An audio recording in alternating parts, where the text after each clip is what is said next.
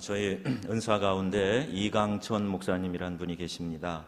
우리 한국의 전도 폭발 훈련을 소개해서 처음에 본부장을 하셨고, 또 우리 교단의 선교국장도 지내셨고, 또 밀양과 서울에서 목회도 하셨고, 신학교 교수도 하셨고, 또 후에는 초교파적으로 목회자들을 훈련하는 바나바 훈련원 사역을 하시다가 은퇴하신 다음에도 지금 전 세계를 다니면서 복음 증거하고 집회 인도하시고 우리 젊은 목회자들에게 좋은 영향을 끼치는 어른입니다.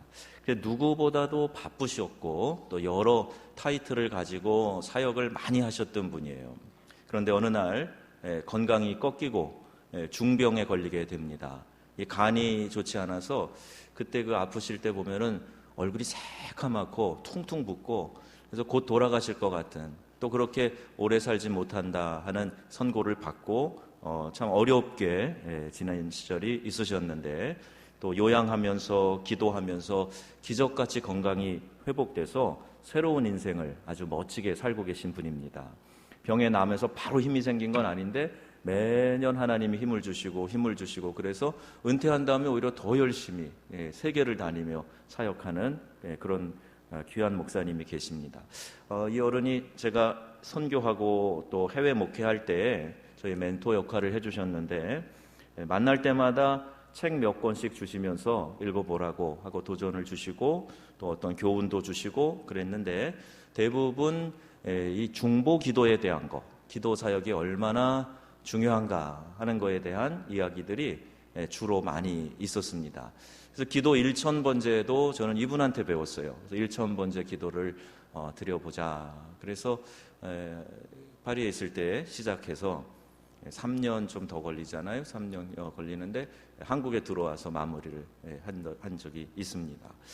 이 수요 예배 시간에 제가 배우고 경험한 기도에 대해서 우리 집중해서 우리 몇 주간 말씀을 나누려고 합니다.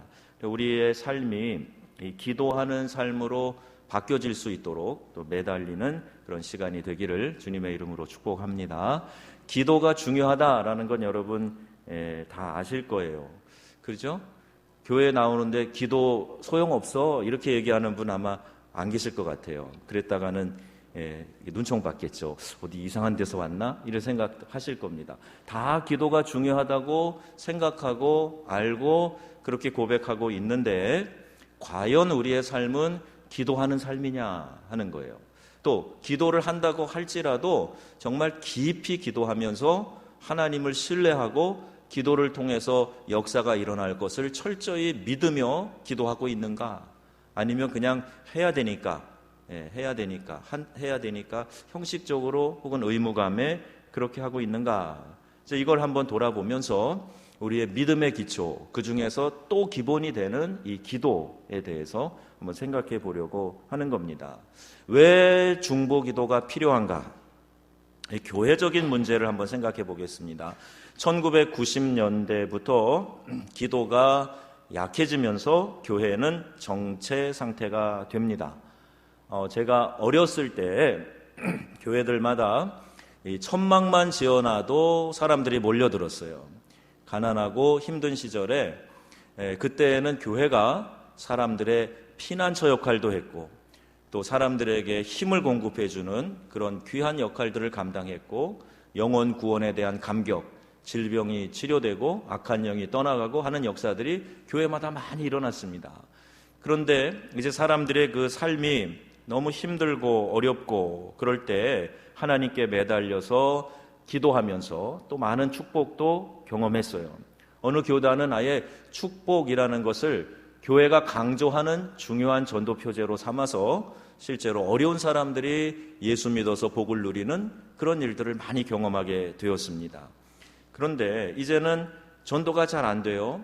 교회 성장이 어렵다고들 합니다. 예배는 형식화되고 예배의 감격도 없어지고 예배를 왜 드려야 되는가에 대한 의미도 잘 찾지 못하고, 기도의 필요는 공감하지만 기도의 능력은 잘 인정하지 않는, 그래서 기도 모임이 약해지는 거예요.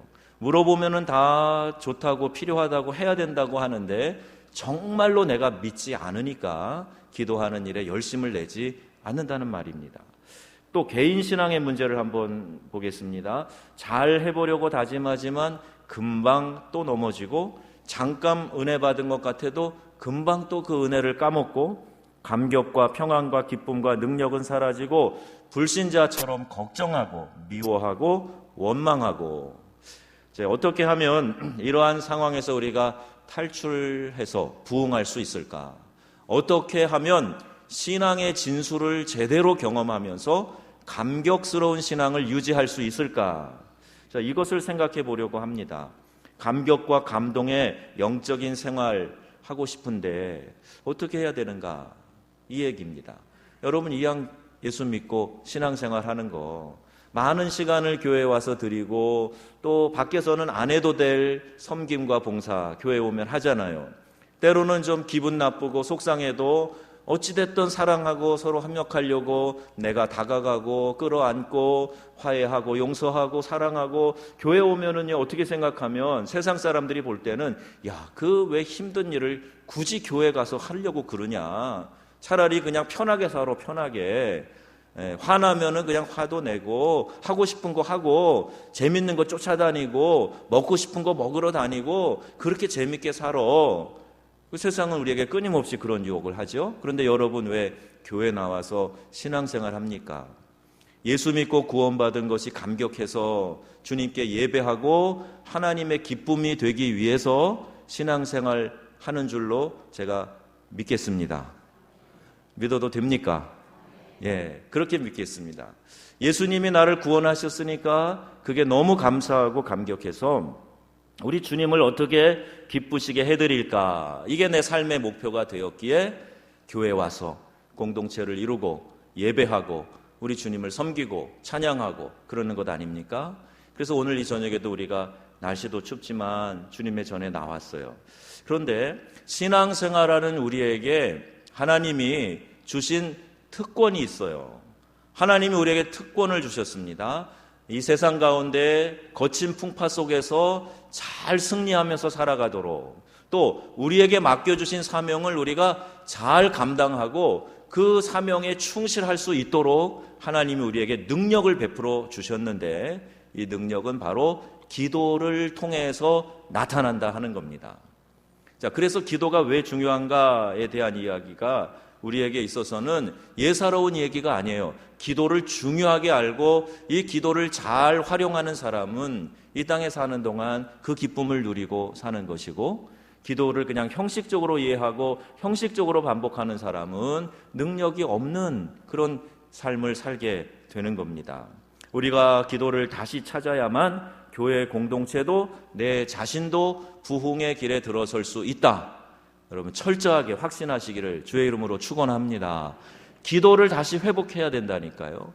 예, 기도가 막히면 기도가 막힌다 그랬잖아요. 기도가 막히면 이 기도가 막히는 거예요. 예, 기도는 영적인 호흡이라고 하는 이유가 있습니다. 우리가 기도하지 않으면 우리의 영혼이 숨을 쉬지 못하기 때문에, 아니 이 숨을 틀어막고 우리가 뭘 할 수가 있겠습니까? 아무것도 안 돼요. 그래서 기도해라, 영혼이 살아난다. 기도해라, 그래야 네 영혼이 숨을 쉬고 달려가도 피곤하지 않을 수 있어. 숨을 잘 들이마시면 이 달리기 하는데도요, 얼마나 잘 달릴 수 있는가. 근데 이 호흡이 문제가 되면 조금 더 잘 뛰지 못합니다.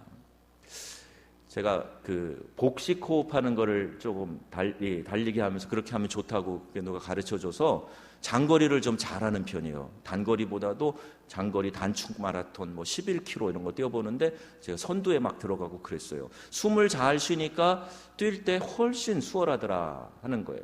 숨을 잘 못 쉬면 달려갈 수 없습니다. 전에 우리가 잘 살기 위해서 많이 기도하고, 배고프니까 먹여달라고 기도하고, 이 절망적인 삶의 현실에서 구해달라고 기도하고, 그럴 때는 누가 시키지 않아도 기도 열심히 했습니다. 그런데 이제 좀 살게 되니까 이 간절한 기도의 소망이 없어지니까 아예 기도 자체를 등한시하는, 그래서 우리의 삶 가운데 정말 하나님이 베풀어 주시기를 원하시는 일들을 우리가 체험하지 못하고 살아가고 있기 때문에 영적으로 점점 더 무기력해지고 만다는 이야기입니다. 오늘 본문을 통해서 기도를 다시 배우기를 원합니다. 우리 4주간 우리 기도에 대한 이야기를 할 건데 오늘은 중보 기도의 능력에 대해서 이야기하고 있거든요. 여러분 기도의 불을 다시 붙이는 시간이다 생각하시고 이 수요 예배 4주간 빠지지 말고 나오셔서 기도에 대한 학습 잘 수료하시고 기도가 여러분의 삶 속에 적용되게 되시기를 주님의 이름으로 부탁합니다. 오늘 본문을 좀 살펴보겠습니다. 1절에서 13절을 세 단락으로 나눠보는데 첫 번째 1절에서 4절까지는 예수님이 가르치신 기도의 내용입니다. 뭐라고 기도할까에 대해서 예수님이 기도를 가르쳐 주셨어요. 하늘에 계신 아버지 이름을 거룩히 여김 받으시오며, 이게 마태복음에 있는 것과 유사한데 우리 주님이 가르치신 기도입니다. 또 5절에서 8절까지는 중보 기도의 원리를 바로 말씀하고 계세요. 중보 기도를 왜 해야 되는가? 그 중요한 원리가 여기 기록되어져 있고 9절에서 13절까지는 기도의 보증이 나옵니다. 즉 기도하면 들어주신다라고 우리 주님이 하신 말씀이 여기 나오고 있는 겁니다. 기도해도 안 돼. 기도해도 안 들어주셔. 이런 생각을 갖고 계시는 분은 예수님을 거짓말장이야 라고 말하는 것과 똑같습니다. 여기 분명히 예수님께서 기도하면 들어준다고 말씀하시고 기도의 중요한 원리도 말씀하시고 너희는 이렇게 기도하라. 기도의 모델도 하나 제시해 주고 계시는 거예요. 5절에서 8절에 또 이르시되 내가 또 너희에게 이르노니 이렇게 같은 주제인 기도를 다루면서 원리, 예문, 효과선전 이걸 다 말씀하고 계세요. 그만큼 이 기도가 중요하다 하는 것을 우리 주님이 가르쳐주고 있는 겁니다. 자, 여기 나오는 굶주린 나그네, 주인, 친구가 누구인가? 여러분 잘 알고 계십니까? 이 본문에 등장하는 주인, 나그네, 친구에 대해서 생각해 보겠습니다. 성경은 근본적으로 우리 인생을 나그네에 비유하고 있습니다. 창세기 47장 9절에 야곱이 바로 왕에게 이야기합니다. 내 나그네 길의 세월이 130년이니 나그네 길이라고 얘기해요. 인생 여정을. 또 히브리서 11장에 보면 우리의 믿음의 선배들은 땅에서는 외국인과 나그네임을 증언하였으니 라고 말합니다. 그러니까 우리가 살고 있는 인생 여정을 나그네에 비유하고 있어요. 여러분 이 지구상에 지금 연간 1300만 명이 굶어 죽고 있습니다. 계산해 보면 1분에 24명이 굶어서 죽는 거예요. 제가 설교하고 있는 이 순간에도 수백 명이 좀 더 길게 하면 1000명 이상이 굶어 죽고 있습니다. 이 빵을 못 먹어서 죽는 기하로 죽는 이들도 있지만 영적 굶주림도 심각합니다. 60억 인구 가운데 25억이 예수의 복음을 듣지 못했습니다. 아직도 2만 4천 종족 가운데 1만 종족은 선교사도 교회도 없이 살아갑니다. 예수님은 이렇게 굶주린 인생들을 위해서 성도들의 기도를 사용하신다는 거예요. 지친 나그네를 맞이한 주인은 바로 우리 믿는 성도들입니다. 성도의 신분이 택하신 족속이요 왕같은 제사장들이다. 우리 새벽에 말씀 들으면서 우리의 신분과 사명에 대해서 잘 배웠습니다. 또 지혜롭고 진실한 청지기가 되어 주인에게 그 집의 종들을 맡아 때를 따라 양식을 나누어 줄 자, 그 사람들이 바로 믿는 신자라고 누가복음 12장에 기록되어 있습니다. 또 예수님은 직접 제자들에게 너희가 먹을 양식을 줘라, 이렇게 마가복음 6장에 말씀하고 명령하신 적도 있습니다.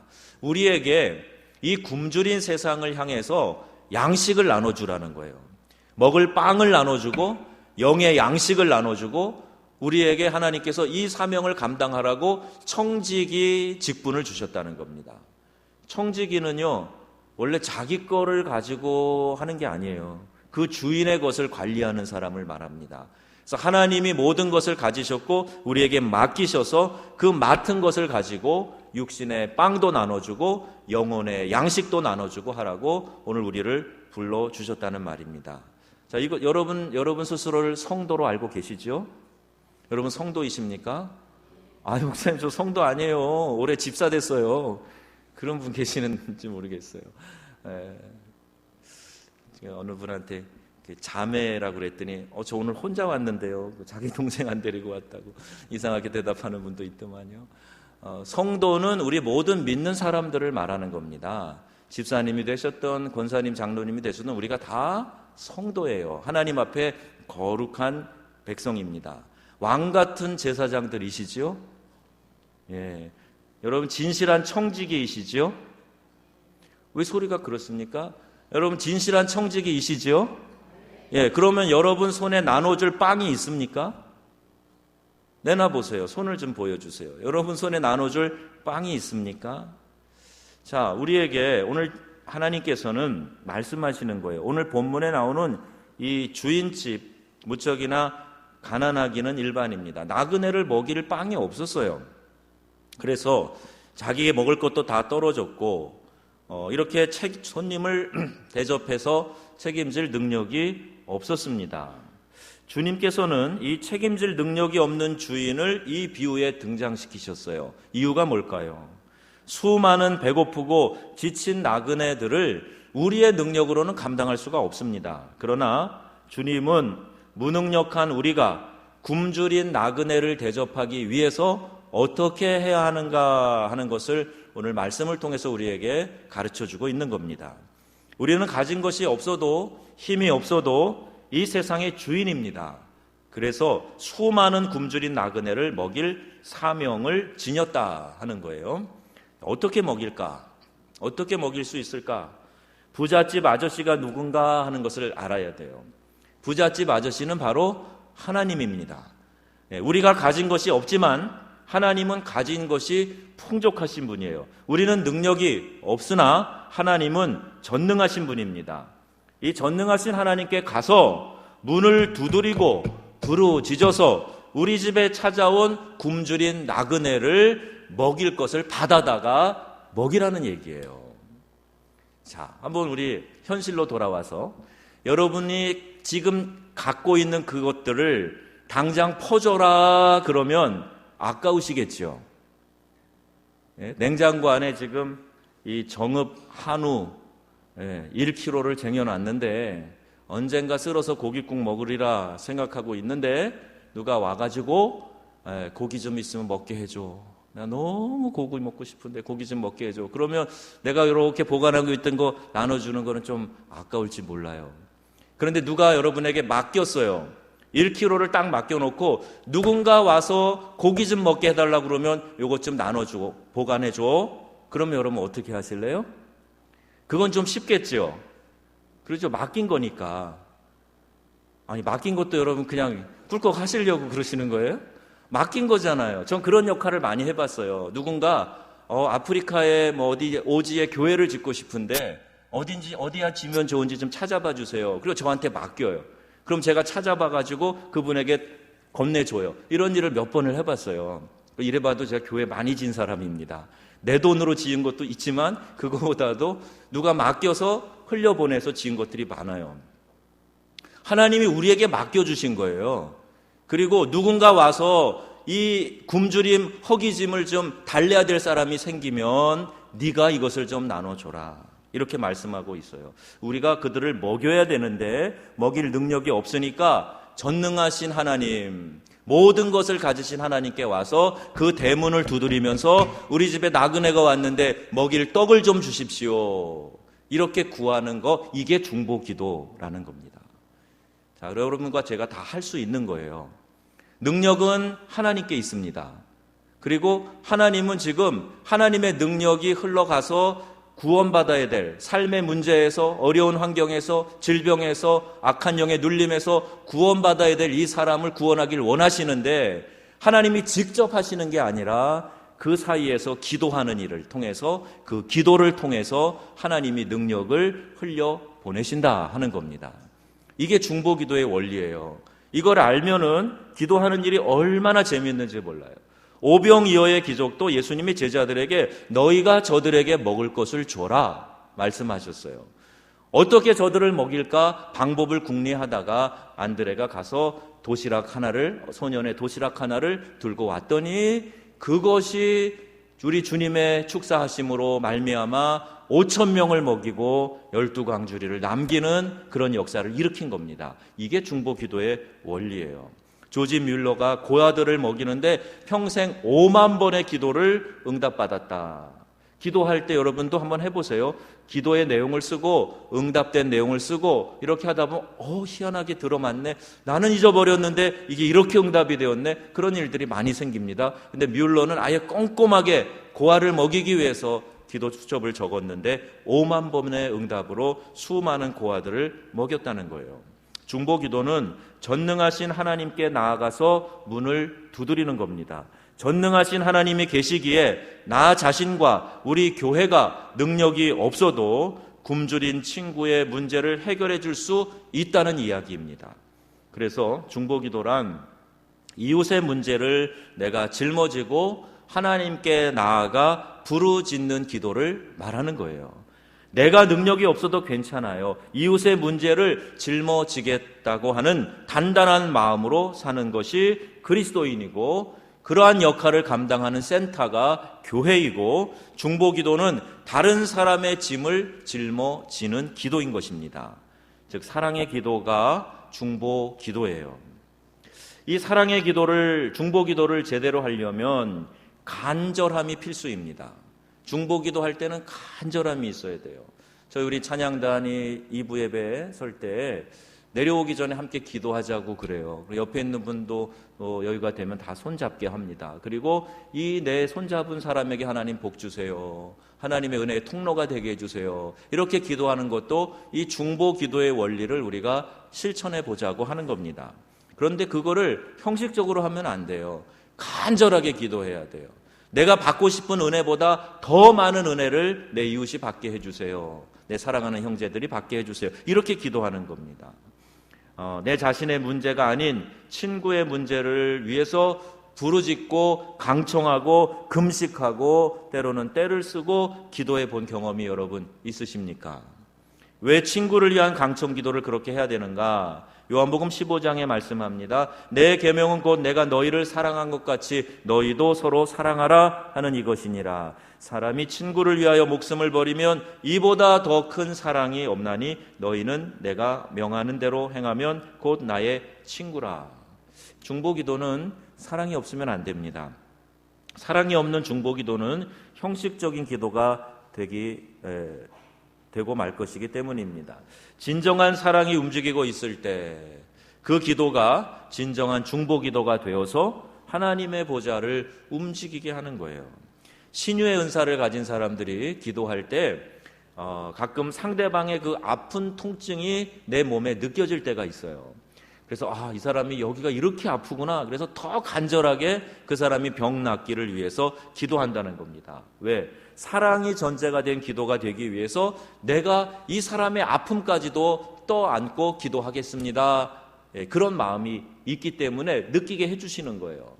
여러분이 정말 사랑하는 자녀가 아플 때 내가 대신 아팠으면 좋겠습니다. 그런 마음이 들잖아요. 왜 그래요? 사랑하니까. 중보기도도 그런 원리로 기도해야 능력이 나타나는 겁니다. 아프리카에서는 신유의 기적이 많이 일어났습니다. 기도 외에 다른 것을 의지할 게 없기 때문에 간절히 기도했기 때문에 그래요. 그런데 오늘날 우리는 너무 의지할 것들이 많아요. 우리가 의지할 많은 것들은 사실은 우상입니다. 제가 어느 날인가 큐티 묵상집에서 우상백화점이라는 글을 읽었는데, 나는 하나님의 말씀을 알면서도 우상을 숭배하여 이방인보다 더 큰 죄를 범하고 있지는 않습니까? 이런 질문이 주어졌어요. 저에게 큰 도전이 되었고 제 목회에 아주 중요한 물음으로 삼고 있습니다. 저를 비롯해서 여러분은 하나님 말씀을 알면서도 우상을 숭배해서 더 큰 죄를 범하고 있지는 않습니까? 내 자신이, 물질이, 자녀가, 어떤 의지할 대상이, 심지어 부적이나 다른 신을 의지하는 그런 행위를 하는, 이름만 그리스도인이면서 그런 행위를 하는 사람들이 있어요. 하나님보다 더 사랑하는 것이 우상이 될 수 있다는 것입니다. 제 은사 목사님이 재직 수련회를 인도하러 한번 갔는데 그 교회에 환자들이 많이 있으니 설교를 마친 후에 안수기도 해달라 하는 이런 부탁을 받았답니다. 이분이 공식적인 자리에서 안수기도로 병을 고치는 사역을 하지 않는데 하도 강청해서 안수기도를 하신 거예요. 그런데 그 교회에 담임 목사님이, 집회를 초청한 교회의 담임 목사님이 안수를 받는 것이었습니다. 잠시 주저하다가 머리에 손을 얹었는데 그만 실수로 목사님 가발이 벗겨져서 대머리가 드러난 거예요. 암에 걸리셔가지고 그 암을 치료하시는 약을 먹어서 머리가 다 이렇게 빠져서 대머리가 된 겁니다. 근데 한참 기도하는데 이 목사는 오늘 낫지 않는다라는 성령의 음성이 들려왔답니다. 이 목사의 암은 지금 내가 기도해서 고칠 것이 아니고 이 교회 신자들이 목사님을 사랑하는 마음을 품고 기도하면 낫게 하겠다는 것입니다. 하나님은 공동체를 사랑하시고 늘 생각하십니다. 이 교회 신자들이 목사님을 위해 눈물 뿌려 기도하게 하라는 것이에요. 목사를 위해 기도하는 사람은 없고 왜 암까지 걸린 목사님이 사표 내지 않느냐고 불평하는 자만이 많다는 것을 영감으로 알게 하신 것입니다. 교인들에게 눈물 뿌려 기도하는 5명 하나님이 찾으신다. 우리 목사님의 질병 치유를 위해서 정말 눈물로 사랑으로 기도할 사람 5명 하나님이 찾으신다. 이렇게 말을 할 때 몇 명이 회개하며 눈물로 기도할 것을 다짐했다고 합니다. 이후 시간이 한참 지나서 어떤 모임에 가셨는데 그때 안수받았던 목사님이 완전히 회복돼서 지금까지 목회를 잘 하고 계시다는 이야기입니다. 여러분, 우리 하나님은 그런 하나님이세요. 그런 하나님이세요. 우리 공동체를 사랑하시고 이 교회 공동체 안에 하나님이 능력을 베풀어 주시기를 원하시는데 이것이 막혀 있으면 안 된다는 말이에요. 시기와 분열과 불평, 원망, 다툼으로 그 축복의 통로가 막혀 있으면 안 되고 사랑으로, 뜨거운 사랑으로 나보다 이 사람이 더 축복받기를 원합니다. 하나님, 이 사람을 좀 고쳐주세요. 간절히 기도합니다. 저 영혼을 위해서라면 내가 모든 것을 쏟아서라도 우리 하나님 앞에 올려드리겠습니다. 하나님, 저를 사랑으로 고쳐주세요. 이 기도예요. 모세가 그렇게 패역한 이스라엘 백성들 하나님 앞에 대들고 그 지도자 모세 아론 앞에 반기를 들고 대들고 했던 그 백성들을 하나님 앞에 기도할 때 어떻게 기도했어요? 하나님, 이 백성들을 살려주세요. 이 백성들 구원해 주세요.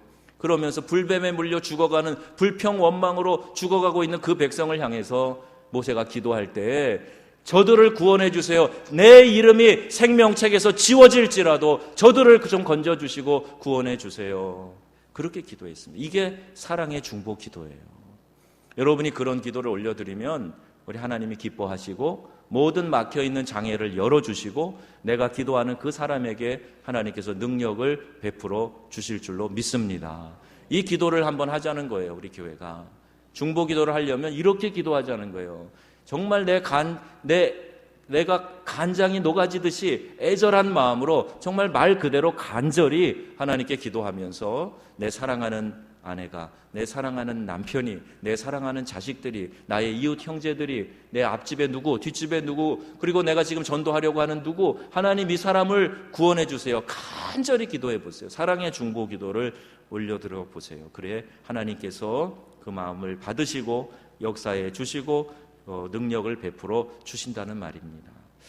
중보 기도는 이웃을 살리고 또 나를 살리는 기도입니다. 오늘 우리 교회의 절박한 기도 제목이 무엇입니까? 오늘 이 땅을 어떻게 기도하면서 영적인 회복을 이끌어 내실 것입니까? 어떻게 내 영혼이 성령의 강력한 능력에 사로잡힐 수 있겠습니까? 그 대답은 바로 중보 기도예요. 하나님께 올려드리는 기도입니다. 오늘 저와 여러분이 이 간절함으로 하나님 앞에 기도하게 되기를 주님의 이름으로 축원합니다. 기도에 대한 여러분의 과거의 모든 경험들은 다 이제 묻어두세요. 나는 기도했더니 이랬더라 저랬더라, 이제 그 생각 다 그만두시고 이제부터 새 역사를 한번 써가 보자는 겁니다. 하나님은 오늘도 또 앞으로도 또 과거에도 영원까지 동일하신 하나님인 줄 믿으시기 바랍니다.